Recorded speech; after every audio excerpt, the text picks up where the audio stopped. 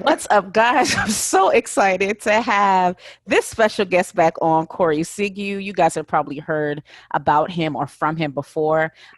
Just a little bit about Corey. He's the employee engagement specialist. He teaches leaders how to engage and cultivate winning teams in order to retain associates and improve performance. Welcome back, Corey. Thank you, thank you, thank you for having me. How you been? How you doing in this Oh, climate? Let's do another check-in because I know we did that COVID kind of like overcoming COVID as a leader. So how are things now? Like how has COVID treating you at this point? Because things are kind of shifting and changing. Like, what is your perspective now? yeah. I mean, I think everything's still great. I mean, the thing is relationships are being built. I mean, movement is being made. We're still in the house, so I can't go focus my energy on something else.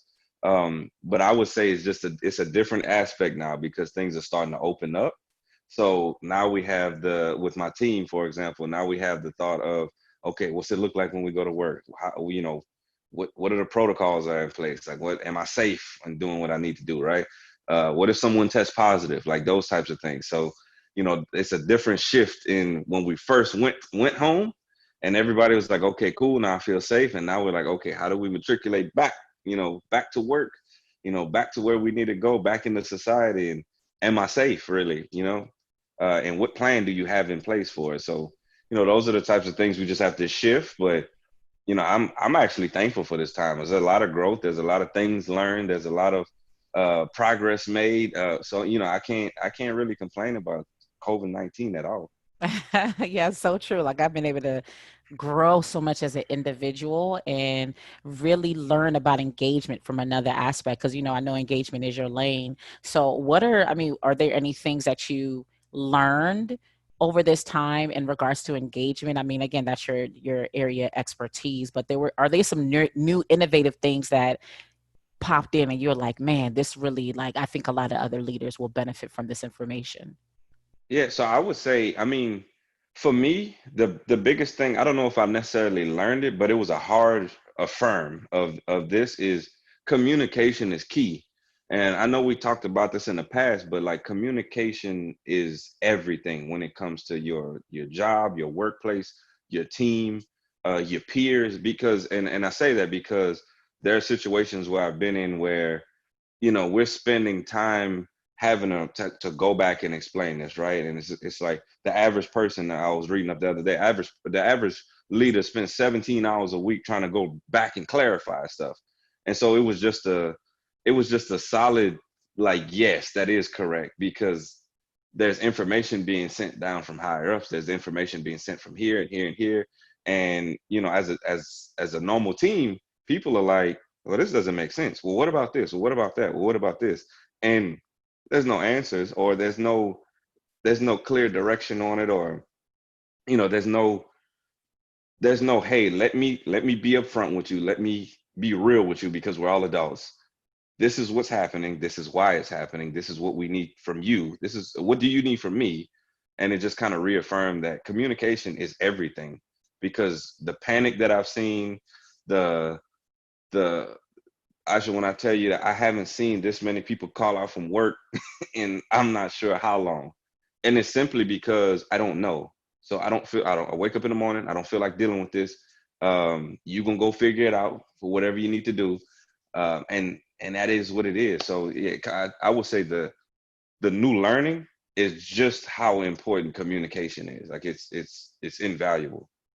So even if that's so surprising, because I was going to ask that, what has productivity been like? Because for me, I'm finding that I am more productive, but then I also have considered or identified that I overwork for some reason while I'm at home. I don't know if it's just overproducing because I don't want my leadership to think that I'm over here just like slacking. And also I'm managing a business in addition to that. So, and business has revved up as well because a lot of people are looking for leadership development and personal development. So Hmm. I feel like I'm overworking and I don't call out as much, like, because I have a little bit more of a balance now. So it's surprising to hear that for you, you're seeing people call out more. So what is motivation and productivity looking like for you? And what is your goal to kind of rev up engagement? Or do you even see that as a red flag? Yeah. So the thing is that And so I talked about the other day my three P's, right? So I said, panic causes people pain. And so what I mean by that is when you're going through different things, when a time where people don't know what's going on, you have to be clear in what you want. You have to be able to give direction. You got to be able to give vision, right? And so when you're thinking about from the CEO level, from the director level, from the vice president level, the directives that are given down or coming down right now, when we have to communicate that to our teams, it's like I don't really have answers for you, but this is what they're saying that we have to do. um sure. And in the midst of that, the when you make changes, people want to have foundation, right? So in any job, you get a job and you say, okay, I'm going to be, for the most part, I'm going to be great at my job. And then you figure out how to do your job, and then you do your job, and then you get promoted, right? And then when you first get promoted, there's a lot of people and a lot of you out there that'll say, oh man, I don't know if this job is for me, because it's so new and you haven't figured it out yet. And you're in the midst of trying to figure things out, but you're reverting back to, I know what I'm doing. Therefore, or I should say, I should know what I'm doing because I was so good at it, my job in the past, that buffer period of you trying to figure out life when something new happens is different, right? So you're not as good as you were, but you expect to be, which is fine. You should always shoot for that. But in the midst of changes, and one of the scenarios I'm going through right now, there's a big departmental shift, right? And so in that departmental shift, job functions are changing, and there's no direction on exactly how you should perform your job right now, right? One day is, hey, go after this. The next day it's like, hey, go after this, right? And then it's just like push, push, push. And so I'll tell you, for example, for my team, they're like, well, look, slow down. Let's make sure this is done correctly before we decide to do as much as we can all at one time. And I'm like, hey, that's a great plan, right? Make sure that this is quality over quantity. If you have to touch something or you have to complete something, make sure that it's done right the first time. Nobody has to go back and check over it. And I'm like, great, got a good game plan. But then from the higher ups, they're like, well, no, push faster. I don't necessarily know if, and actually, I'm gonna tell you this crazy story, right? And I'll just ask you a question. If you push someone to go faster, should you expect some mistakes to just naturally happen? Oh, 100%. A hundred Right. percent. Because again, especially being someone that's very analytical, are you allowing time for the verification that the I's were dotted and the T's were crossed? So Right. yes. So naturally, as a human, you're like, if you're gonna push me to move faster, naturally there's gonna be something that I'm skipping over. I'm not doing it on purpose. It's just that I'm trying to move to your pace. And I might have missed this one thing here, I might have missed this thing here.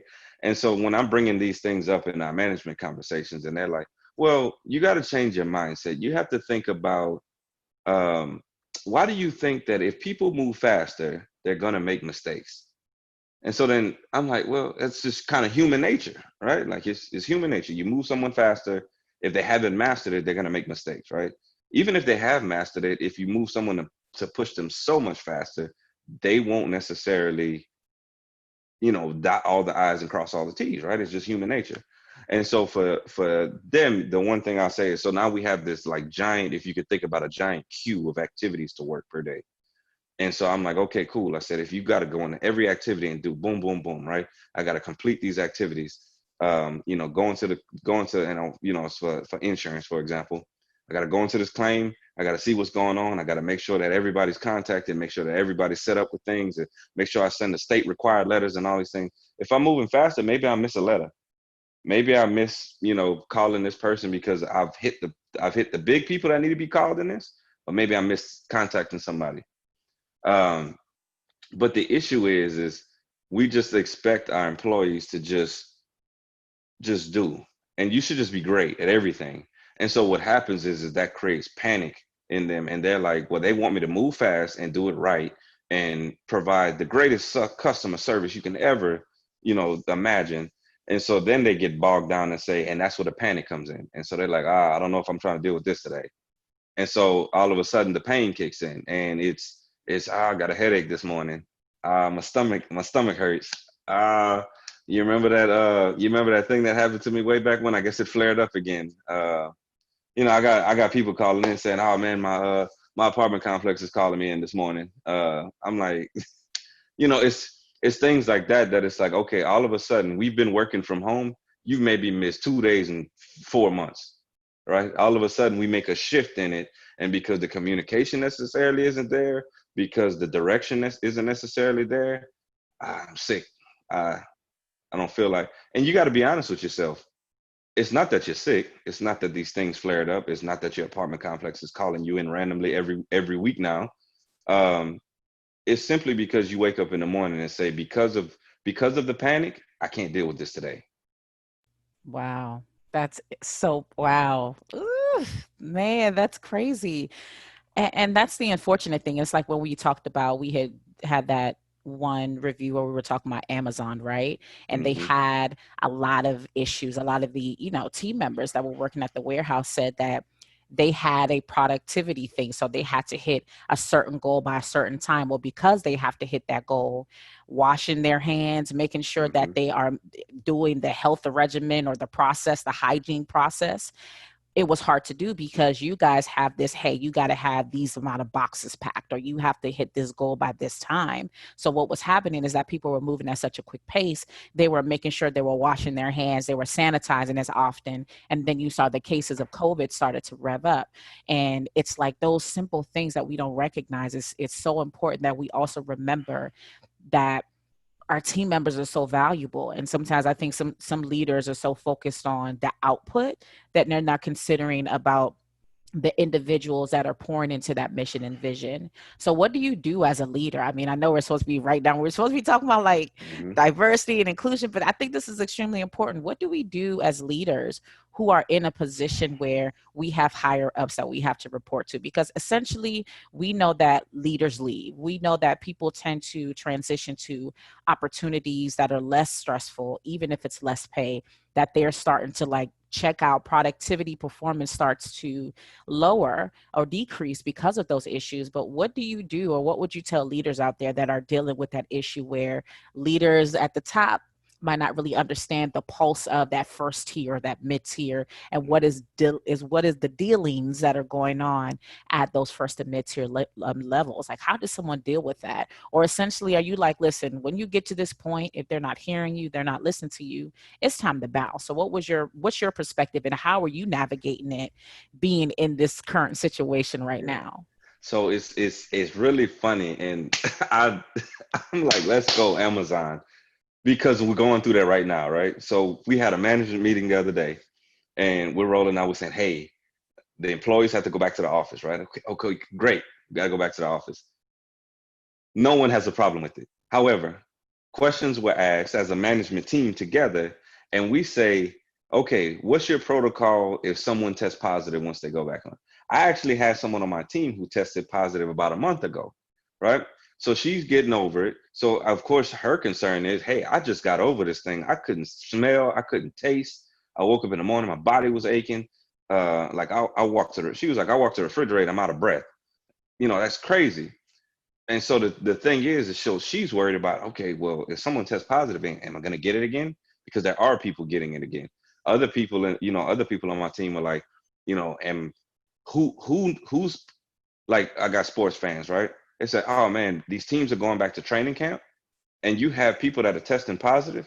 But if you think about it, and I know we both work out, if you think about it, these people are doing elite level workouts, not knowing that they have COVID, and then they get into the facility and they're like, oh yeah, you tested positive for it.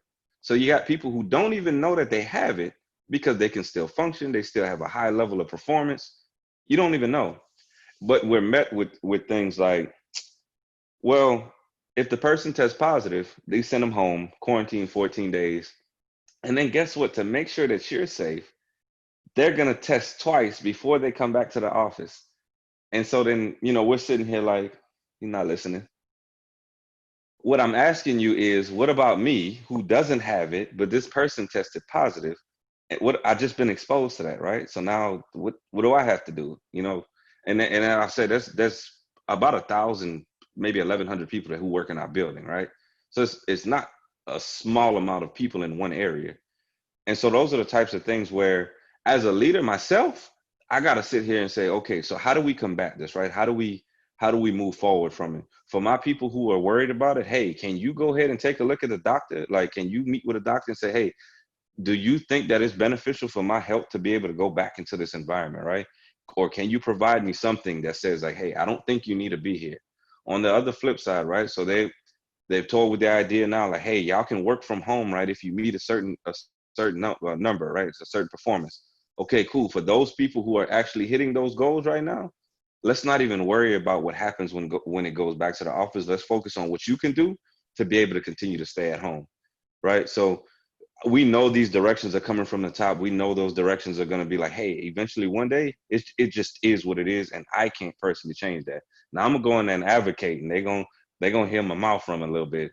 But at the end of the day, I probably can't change it. I can only try to influence it.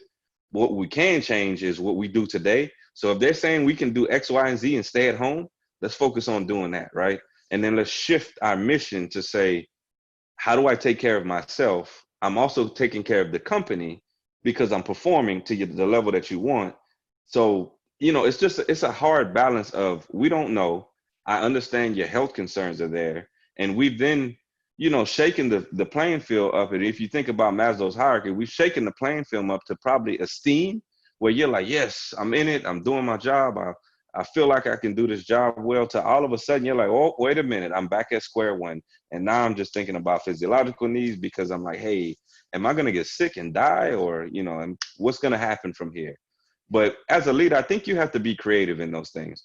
Take what you have. For example, they want to allow us to work from home. What do I need to be able to work from home? Cool, let's go hit that. And then we don't even have to worry about what's the office look like, right? And so it's a win-win situation. So as a company, I'm making money for you because I'm performing to the level you want. As an associate, I get to stay at home and I get to stay safe. It's kind of a win-win. But the biggest thing I'll say is you have to be creative in what's given to you to be able to, disseminate that information or create the goal for your associates to be able to hit. I love that. I love that. Like you were able to find like, okay, I know that it's really a productivity thing. So let's focus on what can we produce to ensure that we can still keep these safe standards. But it's just like the unfortunate thing. That's why entrepreneurship and business ownership is so cool. It's so Hmm. beneficial because you can create your own rules. But it looks like you were able to identify, okay, it's really they want to make sure that's productivity is up to par. So if they see that productivity is up to par, that means Hmm. we can stay home. And I think that's why a lot of organizations want team members to come back, is because it's kind of like, I won't say it's micromanagement, but Yeah. it's like it's hard for a lot of people to consider or recognize that people can produce from home. How can someone produce in there at home? I need to be able to see Hmm. them in the building. And I've been blessed with the opportunity to show that's what it is. We've been able to prove that productivity wise, we're hitting our goals, we're not getting complaints. And because of that, they're like, oh, working from home is beneficial. Hmm. So that makes a whole lot of sense. It's really a productivity thing. But there still seems to be some small gap or some small issue because you still have people calling out. You still have people that are essentially having an issue showing up because of the level of stress, and that's really unfortunate because it's just like Amazon. The issue, they gave a list of things that they were saying, hey, this is what we need, but hey, you know what, we'll just give you extra pay, but we told you this is what we need. And a lot of times you have a lot of leaders who remedy it and they're not focusing on the main issue, the main thing. And I want to kind of transition because that's why I want to kind of talk about diversity, inclusion, and equity, because that's what I recognize with diversity, inclusion, and equity. Because, of course, diversity is like the faces, it's the gender diversity, making your workplace look like what society looks like. So it's males, females, it's different ethnic backgrounds, different religions, and so on. But and yes, that's just the faces. But where I saw that there was a major gap was inclusion and equity. Am I included in the decision making? Now, and do I have equal access to resources and an actual seat at the table? Do I see diversity up top? That, and again, that shows me that you are opening doors for me to have a seat at the table. So, with all that said, since we were talking about change and so on, with diversity, inclusion, and equity being such a big topic right now, like how do you see it? Like how do you see it, and how has your organization or even yourself have been kind of like pivoting your thought process, or even how you manage to start considering that? Has it been a self-awareness thing? And what are some things you recognize when that became more of like a big topic? Yeah, so I mean, when it comes to diversity and inclusion, I can say from my level, from maybe two levels up, that there is diversity. However, the issue is that when you start to climb from there, when you start to see the senior executives, the the senior officers, those types of people, you start to see one trend, if you get what I'm saying. And so for that, it's like, okay, cool, you're speaking the language, but are you walking the language? You know what I mean? Are you walking the walk, or are you just talking the talk? Because the thing is, and the other day we just had a conversation about this. Is we start this diversity inclusion, cooperative, and we're covering everything. The African American, single moms, LBGTQ. I apologize if I missed any of the letters on the end of that. Y'all are also included because I love y'all. But like it's so many different things, right? And they create these different I guess subsets in the diversity inclusion sector that was formed. And one of the things I said to you, I said, oh, well, I could see how this went wrong, because the individual who was elected to be the leader or council member or whatnot for the head of the African American group was a Caucasian male. And so that was like, that's kind of head turning. Like, wait, you want the person us to be able to voice our opinions too, to be the Caucasian okay. And the thing is you have to be cognizant as a company, as a business, right? Like to really say, okay, what optically is the best move, what logically is the best move, and is this person really going to understand? We're going through all these changes right now to really include everyone else and to hear other perspectives and to use their strengths to be able to build our companies, right? But then you make a move like that and say, this is just kind of what we've always done. And that's how a lot of people take it, because there's a lot of people, even in just my department, once they saw it, they said, oh, I don't know if I necessarily agree with that.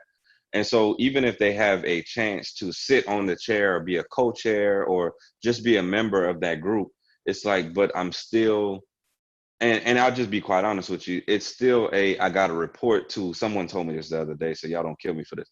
I got to report to master. And I was like, well, not quite, because no one owns you, but I get the reference, because the person who's supposed to be taking care of your needs as, let's say, an African American person is not an African American person, right? There was, like, even in the BGTQ sector, right? They put someone at the top who fits the description, right? And so it's a guy, a really cool guy. He has a husband. I think he has a daughter or something like that. Like, cool guy, just genuinely good person. And then even with the single mom sector, they guess who they put at the top? A single mom. And so it's kind of like so you hit the buckets on everything else, but then you kind of went to the African American community or the African American sector and was like, let's kind of slap this guy over here who doesn't fit the bill like everyone else does. And so that's kind of the head scratcher in that case. But I would say from the ground level, there's diversity. There's a mix of people. We have every culture, creed, ethnicity, belief system, there. So there's no real issues with that. But once you start to climb, optically, it can look like, okay, we're only selecting a certain type of person, right?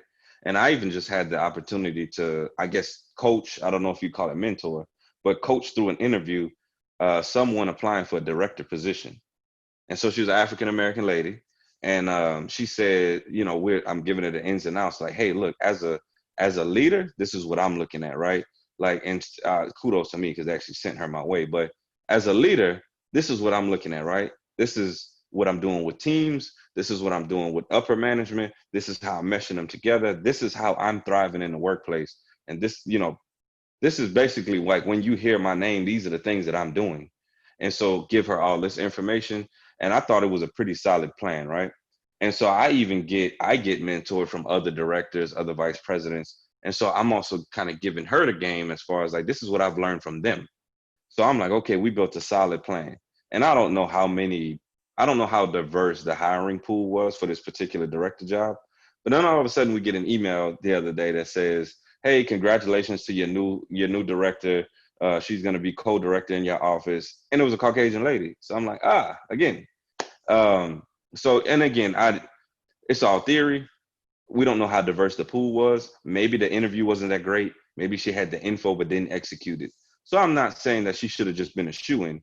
But when you start to see those last couple hires be a certain thing, or you start to count the vice presidents in there and say, oh, well, how many of them actually are different ethnicity than we had before?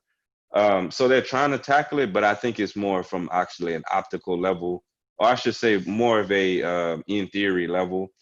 Yes, we're inclusive and we're diverse up to a certain level.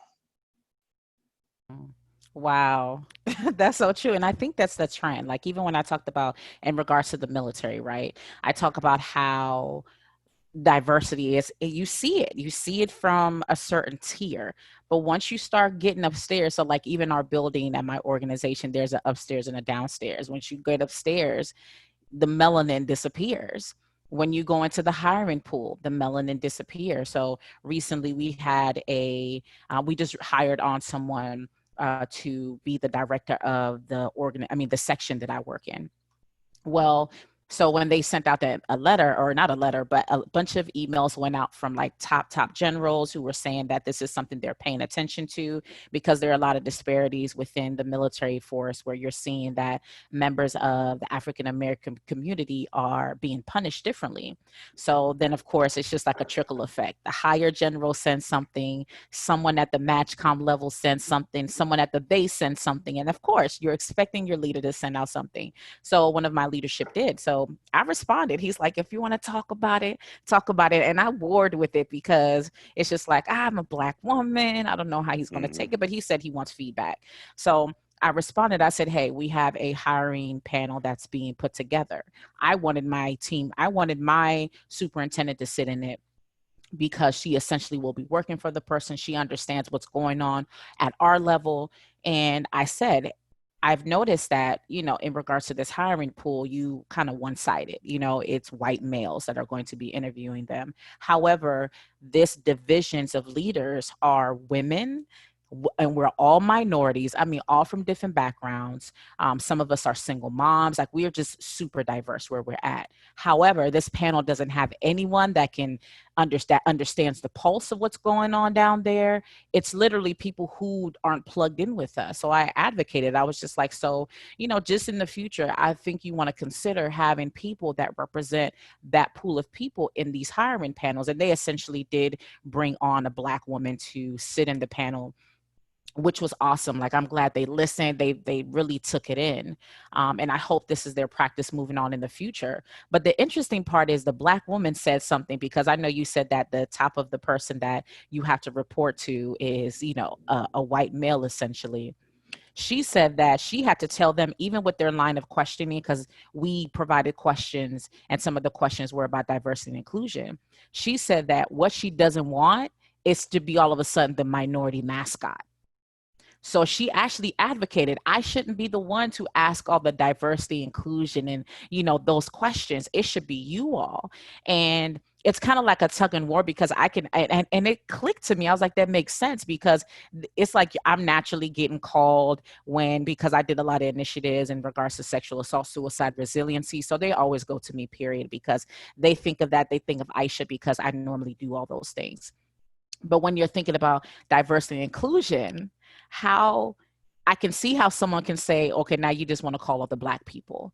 And I think that it does make sense to have diverse faces, or have someone that is not necessarily in the minority group being the representation, because we Hmm. want those advocates. However, what you're seeing is that up top, it's no diversity anyway. So Right. essentially, they're at the top, but they're still talking to other people that look like them. So it's kind of like, that's why that inclusion and equity is so important. And I think that's a big thing that people are missing. It's like, I get it. We want to have somebody that can advocate for us that might be non-minority. However, they're still going to be speaking in a room full of white males predominantly, Hmm. or white people predominantly. Um, So yeah, I guess as someone that is a minority, it's still hard to see where it's like where are you actually recruiting from? There's a lot of studies out there that say, hey, referral wise, when people are being referred, sometimes if you ask a referral from someone that is white, they might only refer white people. When you think Hmm. about educational institutions, if you say I'm going to pull from this high, wonderful university, it might be predominantly white because we know most of these top tier universities are predominantly white. You're not pulling from the HBCU, so it's like all those recruiting tactics that are beneficial. And even when that black woman is sitting in this chair, I made a post and it was like a black woman and she was sitting in front of a panel of all white men. They don't even recognize that uncomfortability that Hmm. happens, and how, who knows, and again, she might have not just fit the bill because she might have just not been qualified, or they did get the best candidate, but there is a level of anxiety and uncomfortability and nervousness and anxiousness that can happen, even when you are in an interview space that doesn't look diverse, where you could stumble, where you might Right. not answer the questions effectively because you're uncomfortable. And again, not knocking the person that got the position, because I'm going to hope that she got the position because she was the best qualified. But there is a level of understanding that we need to see, as we are creating the spaces where we can talk to people that look like us, where we can engage with people that look like us. So, what do you like, if you were asked, like, what kind of differences or what kind of things that you think that your job or any other entity can do to make sure that those spaces are more diverse, like, what would you say? What would the feedback be if you could give them some? Yeah. So I mean, the feedback I would give them is just understand that everybody has a voice. And I know at this time there's a lot of focus on the African American community, but even still, and I'll tell you a story in a little bit, but even still, you have so many other voices, right, to be able to come together because, and I had this conversation the other day. Literally, we're hindering ourselves because we're not leveraging the experiences of each culture, of each ethnicity. Like, we're not leveraging that. So if you only have a certain group or a certain ethnicity or even a certain culture at the top of a group, how do we bounce off each other, right? And so I know you go off the disc assessment a lot, right? If everybody in the room was just a high D, what would get done? It probably a lot, but it'd probably be wrong. And then you get Yes, I a mean, it'd or probably be like, a mess. what if it was all high C's? And they'd probably be like to the detail, right on in it, but then it probably would take you 6 extra days to be Yes. able to say, oh yeah, let's actually do that, because you got every single step, right? Or maybe it was just a bunch of S's and they're sitting in the room and they're just like, I got you, you can help, I can help you do this, or whatever. And I'm just giving y'all a general overview, obviously, but it's just that if you have one type of person in there, you can't bounce ideas off, you can't shift the mindset, you can't play devil's advocate, you can't say, hey, what if we did do this, or no, I don't like that idea. Something that we were just discussing before that, right, even was, hey, that book that you're writing, shameless plug, by the way, that book that you're writing, send it to me. That way I can look at it from a different angle, because you need that type of feedback. What are other people looking at? How do you leverage their strengths? How do you push your business upwards into a sense of, we know the pulse of each different area, right? And you can effectively do that, but you just have to put the right pieces in place, or you have to allow the voice of these people to come from certain areas. So maybe, no, you don't go fire your CFO today, don't do that. But what if you took the CFO and said, hey, look, based on that person needs to go and sit with the people, right, and see what the pulse of everything is. And so I conducted a diversity training, what was it, about 2 weeks ago, matter of fact. And part of it was, I had a director sitting in it on us, right?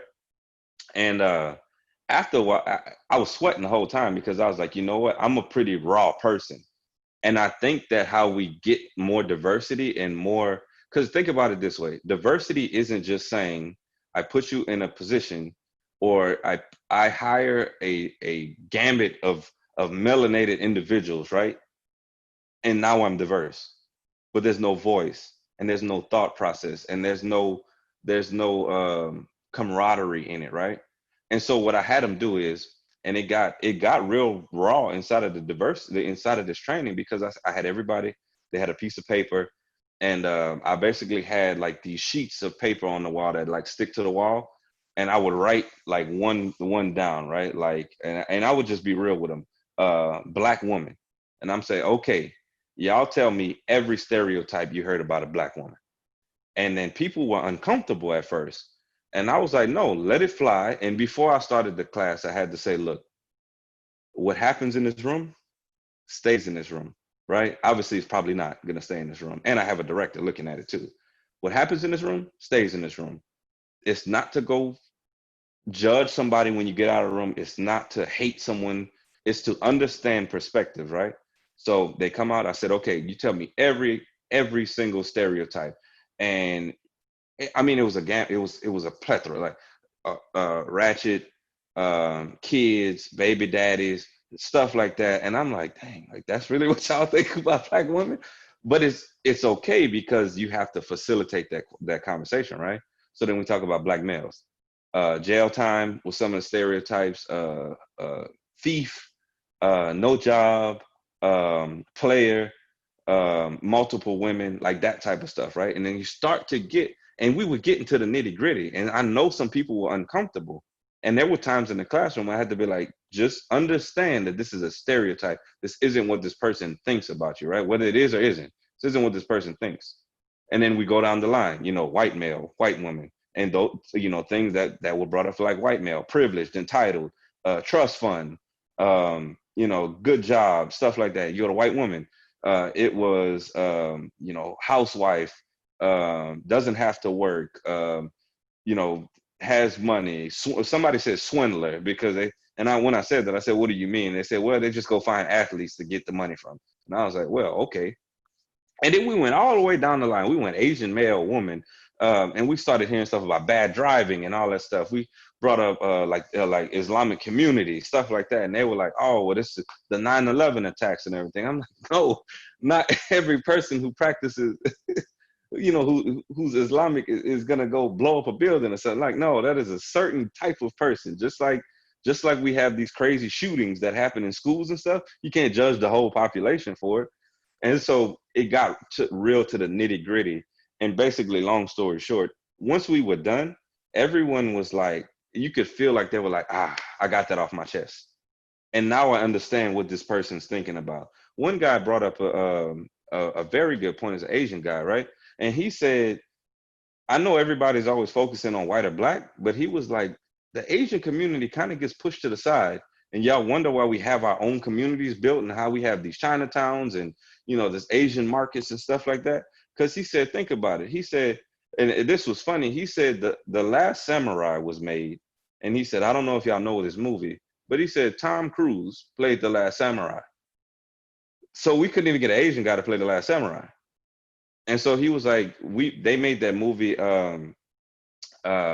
What, I can't remember the name of it. It was like Crazy Rich Asians or something like that. Yeah, yeah. And The he Last said that Samurai was is one of my favorites, by the way. it's a really good movie. Really But good. he said it's crazy because that's the first time in Hollywood where it was an all Asian cast. And I was like, dang, because that was a couple years ago. And so those are the types of things where it's like, okay, I would have never known that this person was thinking about that. What underlying trauma was that causing? Because he couldn't voice that opinion. And like I said, you could just feel like the come off of them. And they were like, oh, that was really good because we got the stereotypes out the way, we got the thought process out the way, we put it all on the table, and then we got to be able to have a healthy conversation of how do I feel when people think about that, in regard to me. How do I feel when, like, for example, how do I feel when a white male, adopts like hip hop culture and then he's trying to act black, as they would say, but really that just may be what he comes from. He might, all of his friends might be black males. He might grow up in the inner city or something like that to where that's what he knows. But now you're judging him saying, oh, I'm acting black, but he's just acting what he knows, what he knows like. Or on the flip side, you look at an individual and say, oh man, you're acting white because you speak proper and you got the proper vernacular.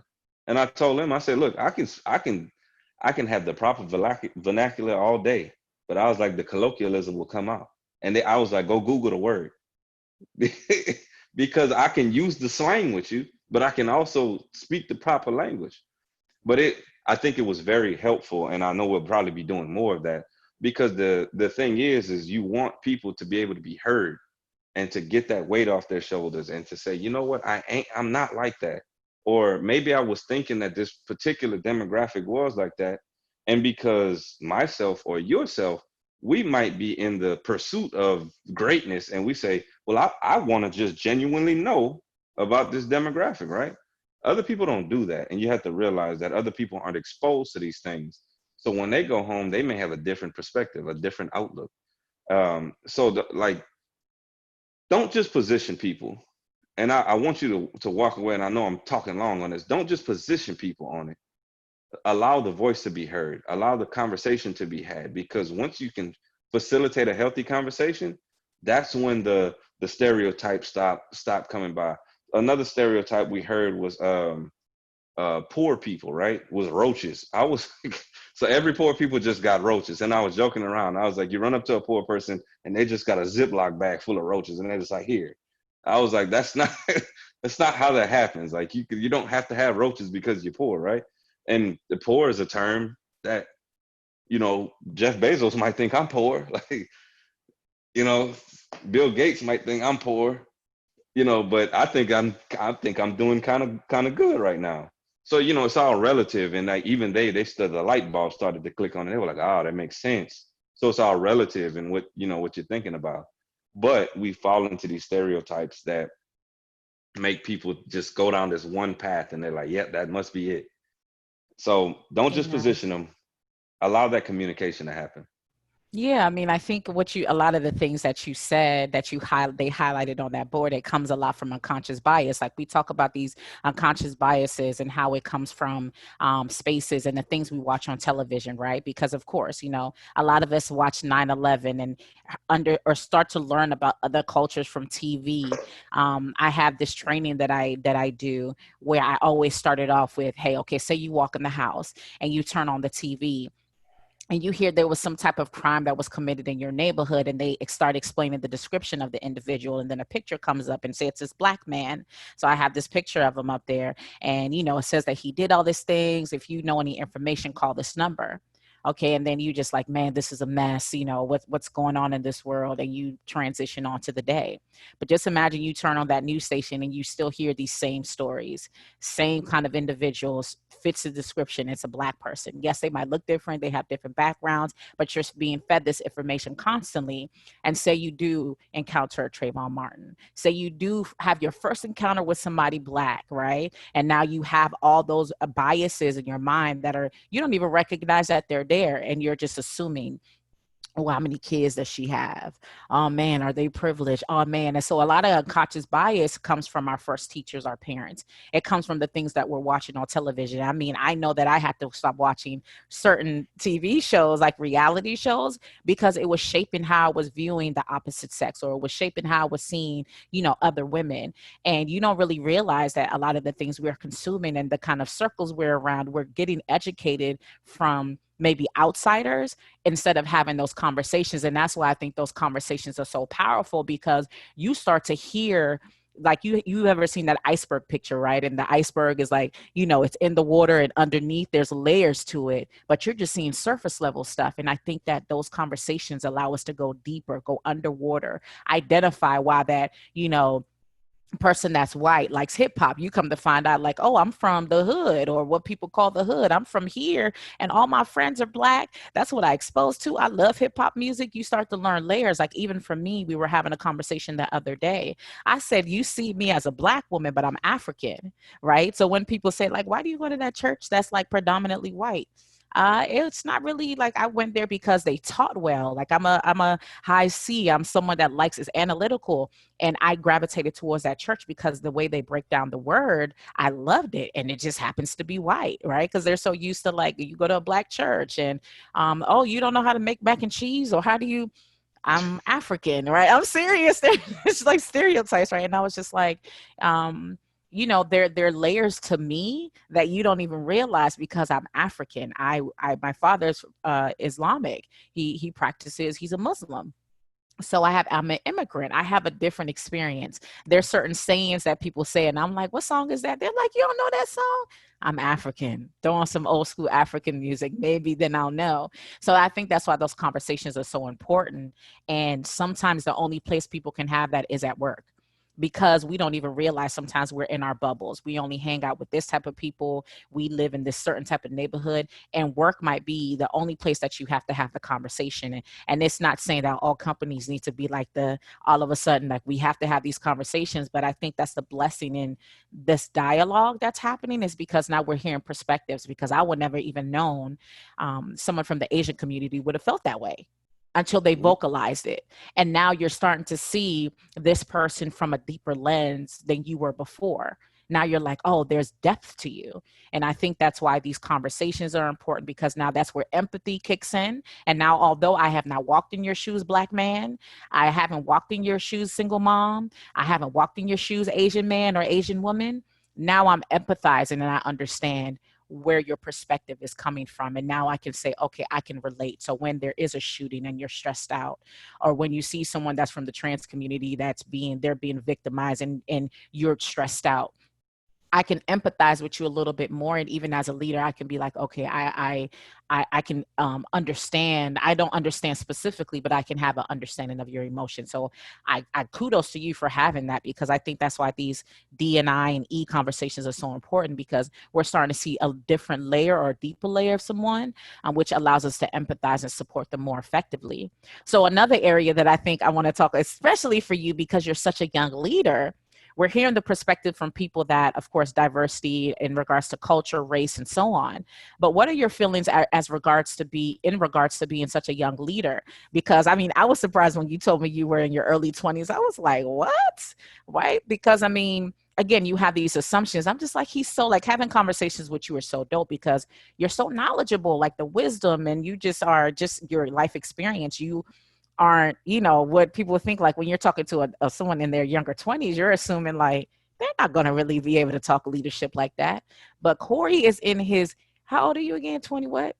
Well, I actually just turned 30, by the way. Oh, amen. Yes, I mean, Welcome. yeah, yeah. Welcome. Oh, yeah, you I just just made he it to just the 30s, hit the but threshold, right? I said early yeah, 20s. I'm sorry. I mean, like you were in but your 20s, but I got I'm an just old saying. soul though. I'm like 70. Right, but there's a lot of people who walk into spaces and they're dealing with younger leaders or people that are young. Like, what have you ever had experiences where people didn't take you serious? Because you've been in this leadership game for a minute. What was your experience like? Dealing maybe with ageism in a way, and why do you think it's important that we hear from the different generations as leaders? Because I see the benefit of it. I mean, I talked about that a lot on the podcast, about understanding the generational makeup, because that's their future. I don't think most companies go into business saying that once the baby boomers all go away, I'm done. I'm done. Right. So what is your perspective in regards to like ageism? Because if people don't know what ageism is, we hear from it from the aspect of people that are 45 or 50 and older.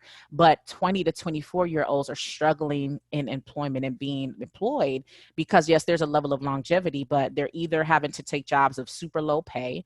They can't go into certain leadership roles because people assume they're immature and they're not prepared for it.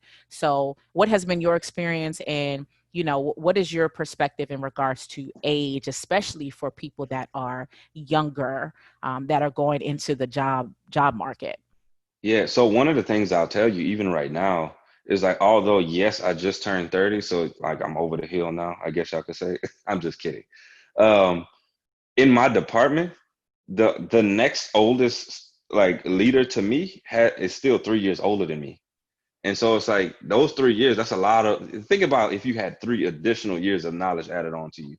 And so I mean, I still experience it because I have like my managers, sometimes that it'll come out from them and they'll say, oh man, well, once you get your feet wet, or once you've been in this position long enough. And in my mind, I'm like, hell, leadership is leadership. It doesn't change from position to position.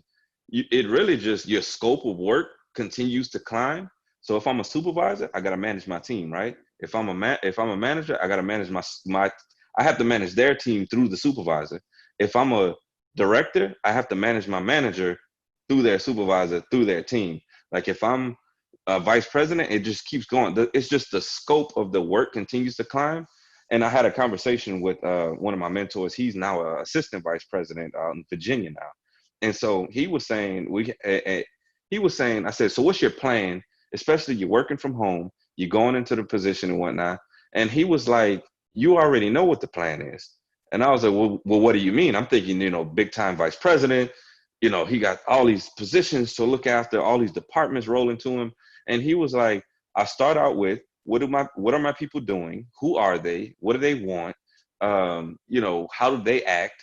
What do they, what their personalities are like? Is what they're doing working right now or not? Like, how can I support you? How can I help you? So I'm not coming in there throwing hammers and saying everything's changing. I'm in here and I'm dropping the hammer and you got to forget everything that you've known in the past.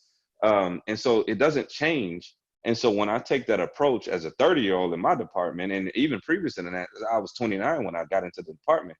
So that, I'm sitting here thinking initially, well, these people been in these positions longer.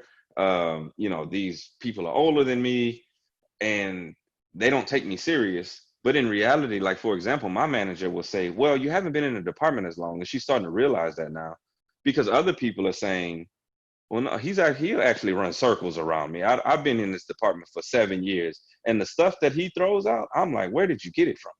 Like, and he was like, he breaks it down so simple that I'm like, well, no wonder your team's doing good because they only have these couple things that they need to focus on, and then they just they just do everything great. But I'll tell you another story where I was in college at the time, right? And you want to talk about early 20s. And so I was fortunate enough to get an internship at Texas Children's Hospital, right? And so I get the internship and I feel like I can be humble sometimes. And sometimes my cockiness can kind of come off as arrogance because I'm like, no, I know what I'm doing. Like I'm not crazy. Like I've heard this from people before. Um, and so I get into this position, and my boss, I think she was in her 40s at the time, and everybody else from there was like medical directors and like chief medical officers. So they're all in there. I think that we had one of the youngest medical directors ever in the hospital, and he was like 45. And so it was like, okay, well, that's your youngest medical director ever. So everybody's like 50. We had some 60. One of my really good friends, he was a clinical psychologist, and he was like in the 70s. And so if you could imagine, they're like, this young buck is coming in here, and he's like, I voice my opinion, and I like to create conversation on dialogue on what if, what about this, what about that, and I'm sure they came in, and one of the doctors actually told me one time, he said, you know what, I enjoyed that you speak up. He was like, but if anybody has worked with doctors before, they like to throw out the letters on the back of their name. But I've been through medical school for X amount of years. I've been doing this for X amount of years. But they said that all to say, that was a good point that you brought up. And I was like, what does that matter? It doesn't matter. I always look at things as, is it the correct thing to do, or are they on the right track? It doesn't matter how old you are, whether you figured it out, right? Because on the flip side, you have people who are older in a position where maybe the majority of young people work in that position. And you can't just say, well, because you're older, you have hindrances because you're not as young as these other people. So I've gotten it a lot through my life. It's just people think that the age dictates you therefore being able to do. Um, because I'm in my early 20s, I shouldn't know as much because they even the doctors that I work with, I don't have a master's degree. They thought I had a master's degree because they were like, the points that you bring up and the way that you break stuff down, like, clearly you have an MBA. And I was like, I ain't do that. Matter of fact, I just graduated from college like 4 months ago. So it's things like that. Like we're doing research, and they're like, hey, the way that you spun this in this research, to make it really pop inside of this, inside of the transcript. I love the way that you did that. And I'm like, oh, cool, whatever. And you're talking to people who have, um, you know, hundreds of books. Like they've got thousands of articles that have been published over their lifetime. And you walk into a situation where it is kind of, if you don't have the right soul for it, if you don't have the right, I guess, grit for it, it can knock you down, and you can kind of clam up and say, oh, this isn't the platform that I need to speak on. But as my personality, I don't mind speaking up. So I'm just gonna say it, and then you can take it how you please, and then give me the feedback, yay or nay. It was good or bad, right? Because I'm always trying to learn. But someone who's not in that position can really get into. I actually had a friend like that. He gets in. I get him an internship at the hospital, and the person that he's interning with was he was a director of nursing, and so she walks up to me one day. She says, to typically when you hang around certain people, y'all have the same personality types, kind of. But she was like, I've been in a meeting with you and you bring out points. And I'm like, oh, that makes sense. Or they'd be like, what is he talking about? But you're still talking, right? Or you're still learning. She was like, he doesn't talk. Like, he doesn't bring his perspective in. He doesn't ask questions. He doesn't, do that. And I was like, now that we're having this conversation, I'm like, it could be very well because he's in a room, he's the young person, and he's not in a position to say, I know what I'm saying confidently. So I'm not going to speak up in this conversation. So you got to be mindful of, and this is for my older leaders out here. You got to be mindful from my perspective. What are you missing by projecting your age on this person or projecting your experience on them, right? Like, you have people, I don't think it matters how long you've been in the game of leadership. I think you have some people who have been in leadership for 20 years, and we probably know some people who have been leaders for 20 years or been in a position for 20 years. You're like, yeah, you're not very good at it. Um, and you have some people who come out the gate a year, 2 years, and you're like, man, where did this person come from?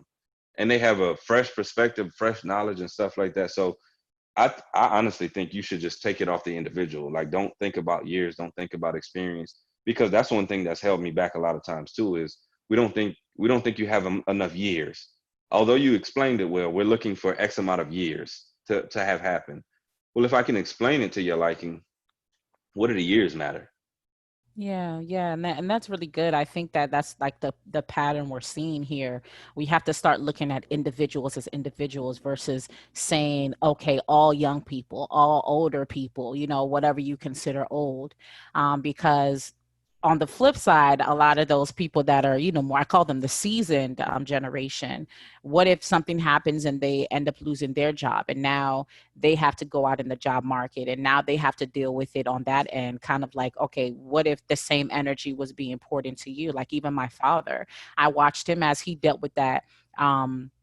After he ended up having to transition from his position, they kind of pushed him out. I think there was a level of ageism there, and then he started to trying to get back in the banking industry. I mean, he had tons of knowledge. He's one of the reasons why I got into banking and got into my first leadership role.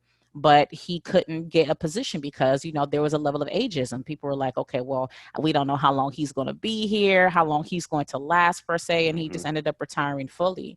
So I think it's like keeping the same energy, but a lot of times we don't look at the individual. We don't look at it from the aspect of innovation, because just like diverse rooms bring a level of innovation. They improve productivity. They also introduce you to other maybe cultures, because say you want to expand your business and it's not just a business that caters to just white people per se, or women or men, and now you're trying to expand into the African American community, but you have someone in that seat. Now there's a level of innovation that's like, I wouldn't use this song, use this song. Hmm. I wouldn't target or, utilize that type of wording. Use this wording. Maybe let's get a sponsorship with this company, or let's really collab with this, say, celebrity or this social media influencer versus this one, because they have access and they can speak to that community. So I think that we have to look at it from the innovative side, because you're saying that you were able to bring fresh ideas, and it had nothing to do with age. It just had to do with knowledge and your perspective. And just like we talked about before about like leaders, and how if leaders are born, they're not. And they talk about how there's certain skills that leaders should have, and these are things that they can learn over time. But we have to realize that it should be more at us looking at the individual versus looking at age, race, sex, looking at where they from, looking at what school they went to. Because even when you're recruiting people into these leadership roles, is it really necessary that they went to a certain school? Like, really look at what's going to Hmm. be needed for that role. Is this really necessary? When you really look at it. And I think that a lot of things are shifting. I know they're saying that they're not going to necessarily be looking at if you have a degree here, or if you have a college degree, they're going to be looking at skills and experience. And even for us, when we're recruiting for my organization, I'm looking at experience, I'm looking at skills, I'm looking at innovation, versus just looking at it with the one track mind. And I think that if we continue to have opportunities where we can get to know individuals and start shifting from having that one track mind, we will see some change. So before we close out, like, what would what would you leave the people with in regards to, I know we talked about a gamut of stuff, but just from this whole conversation, like, what would be some takeaways you can give the people, so so they can go back and say, like, let me seep all this information in and really apply it. Yeah, so I mean, the biggest thing, I think the theme throughout this was let voices be heard. Because whether it's culture, whether it's ethnicity, whether it's age, whether you're young, old, whether you're in the middle of whatever that young, old mindset is, let your voice be heard. Like, allow people to voice what they think and create healthy communication behind it, right? Create healthy conversations behind it. Because when you can understand the perspective of someone, you can leverage that and you can use that person to say, you know what? Maybe I used to think that this person was older, so they move slower. Maybe I don't need to worry about how fast they move with them. Maybe I need to lean on them because they may know a little bit more. Or maybe I got this young guy over here, or this young girl over here who moves fast, fast, fast. And I'm just using stereotypes right now. But maybe they got this young person who moves fast, fast, fast. How do I mesh those two together to be like, you know what? He's gonna make sure you do it right. She's gonna make sure it's done right now. How do you mesh that together? But even still, if you think about the ethnicities, if you think about the cultures, where you come from is different, right? You come from Sierra Leone. Like, there's so much that I can probably learn from you. There's so much that I have learned from you that I'm like, okay, cool. I probably would not have gotten that from one of my friends that have born and raised in America and haven't experienced anything else. Like, it's a different perspective, right? Like, I think about my friend, one of my best friends is African, right? And he's from Nigeria. And so even his parents, like, you learn from them and say, okay, their perspective on life is this, right? Their perspective on getting things done is this. But you would have never known it had you not asked. You say, well, this is the American way, and I'm just gonna be American and whatever. Or, this is the way that I do it, and this is just the way that I'm gonna do it, right? So communicate, create healthy communication, create open communication. And I think when you can communicate, you can win wherever it is, whether it's age, culture, sex, preference, whatever. You'll win. I love that. I love that. Individuality, hear the voices. I think that's extremely important. So, no, thank you, man. Every time Corey comes, he drops the nuggets. Like, it's just dope. So, I really appreciate you having you on. Tell the people where they can follow you at. Like, where are you at on social media? Where's your website? And what do you have coming up? Or someone, I know you mentioned the book. So, tell us about where to reach you again, what you have coming up, and how people can reach out Yep. to you. So you can find me on all social media. So LinkedIn, Instagram, Facebook. I'm not really that much on Twitter, but I have one. At Corey Sigue. So Corey, no underscore, no spaces, nothing like that. Sigue, S as in Sam, Igue. You can find me at www.coreysigue.com. Matter of fact, Aisha, what I'll do for them, if you're watching this, go to my website, scroll all the way to the bottom. It's not that far. Scroll to the bottom, put your name and your email in, and you can actually get, it's called a master engagement guide. And so this is to help you maximize your team and really pull your team. And you can use this honestly for your team, for your family, whatever it is. Get that. I'll send it to you for free. And it gives you a worksheet. It gives you a breakdown on how to delegate, how to empower people, how to inspire from within versus just kind of like dangling carrots, like all that type of stuff. So I'll give that to them for free. Just go to the bottom and go ahead and give me your name and your email. And y'all have at it and fill that sheet out. And then really it'll help you figure out what gaps you need to fill, right? So I'll give that to y'all. Y'all go check that out. Love it, love it. Make sure y'all go and download that. I really appreciate you hopping on. I mean, just make sure you follow Corey. I know offline we were talking about some great things you have coming up. So make sure you check it out, because the level of knowledge that he has is amazing. So again, thank you for hopping on, and I will catch you guys next week. Deuces. All right. Y'all Bye. continue to learn, continue to pour. Yes.